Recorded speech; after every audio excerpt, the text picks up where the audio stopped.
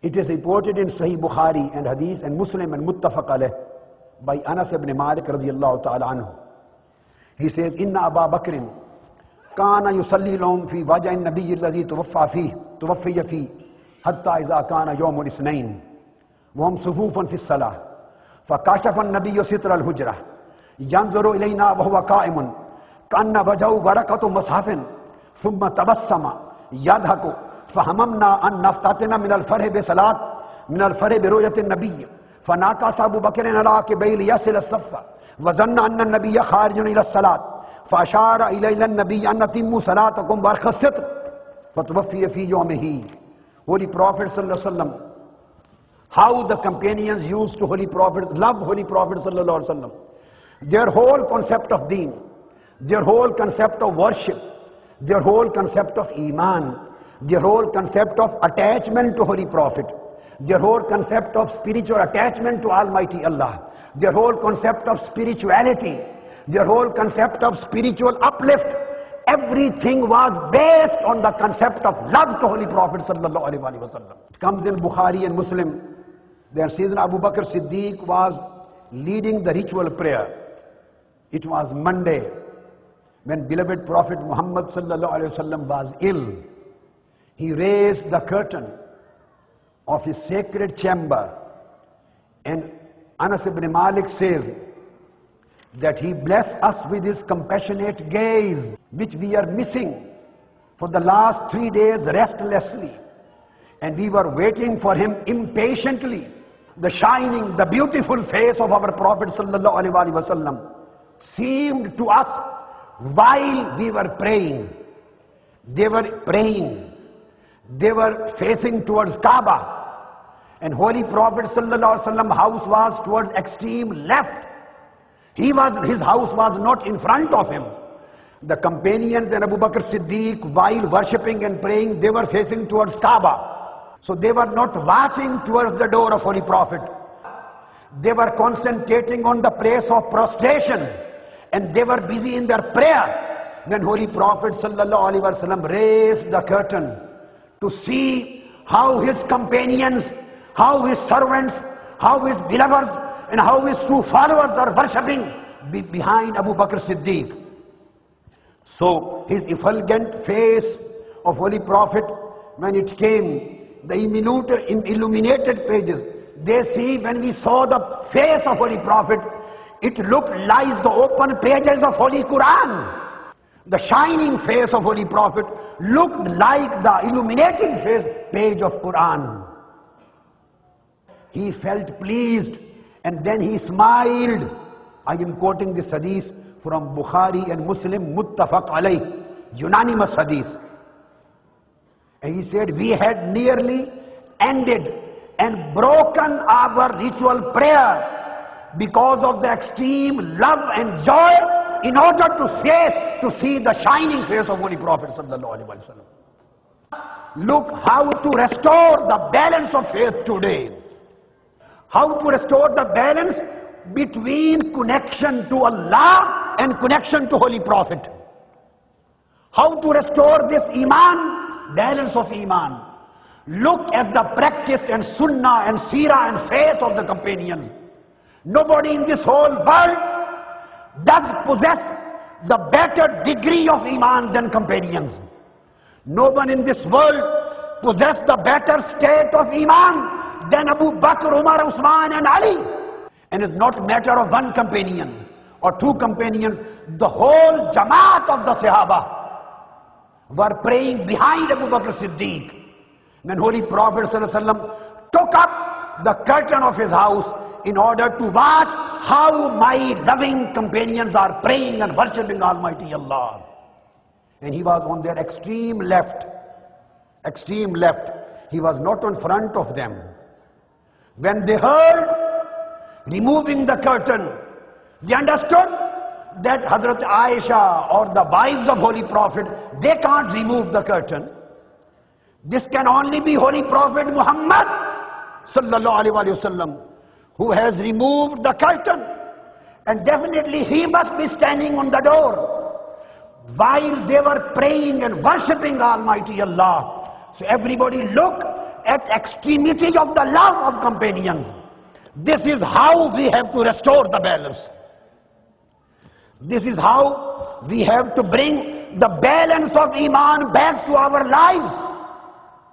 This is how we have to achieve the success of Iman. And this is how we have to create the true balance of faith in our actual lives through the practice and conduct and behaviors of the companions. So what did the companion do when they heard the removal of curtains? They turned their faces from Kaaba towards Kaaba of Kaaba. Face of Prophet Muhammad was the Kaaba of Kaaba. Kaaba was in front of their eyes, and Kaaba of Kaaba was in front on the left side of their mosque. They forget the direction of Kaaba. They forget in which condition they were standing.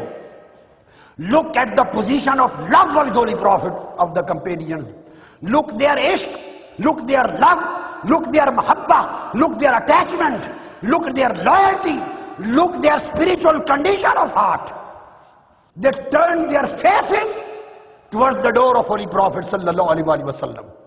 And hadith of Bukhari says, فَهَمَمْنَا أَن نَفْتَاتِنَا مِنَ الْفَرْحِ بِرُؤْيَةِ النَّبِيِّ صلى الله عليه وسلم. And when we gazed, when we saw the shining, the beautiful face of my beloved Prophet sallallahu alaihi wasallam, when the curtain was raised, every companion forgot his worshipping, forgot the state of salat. Everybody was indulged in looking into the beauty of face of Holy Prophet, their beloved. They forgot in which condition they were standing in, what act they were performing. They got busy in gazing the beauty of Holy Prophet sallallahu alaihi wasallam, looking at him. And then the beautiful words. This was what happened to the companions.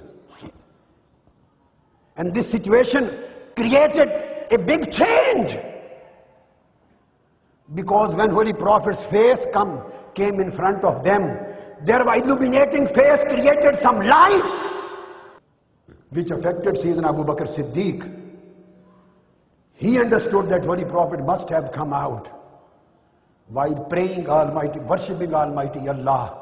Out of the respect and reverence of Holy Prophet, Abu Bakr Siddiq left his musalla and came back. Siddiq Akbar is leaving his musalla. Here lies the concept of combination between Tawheed and Risala. Today the people just talk of Tawheed, a blind concept of Tawheed. They don't understand what Tawheed is and where Tawheed has come from. They don't understand what concept of Risala is and what kind of devotion, attachment and love the concept of Risala demands from us. If we want to restore the balance of Iman in our lives, we have to follow the footsteps of Abu Bakr, Umar and Usman and Ali. So they forgot their state. All of them turned towards the face of Holy Prophet. فَهَمَمْنَا أَن نَفْتَاتِنَا مِنَ الْفَرْحِ بِرُؤْيَةِ النَّبِيِّ صلى الله عليه وسلم. These are the words of Sahih Bukhari. That everybody, when he gazed and saw the beautiful shining face of Prophet Muhammad sallallahu alaihi wasallam, they forgot their prayer.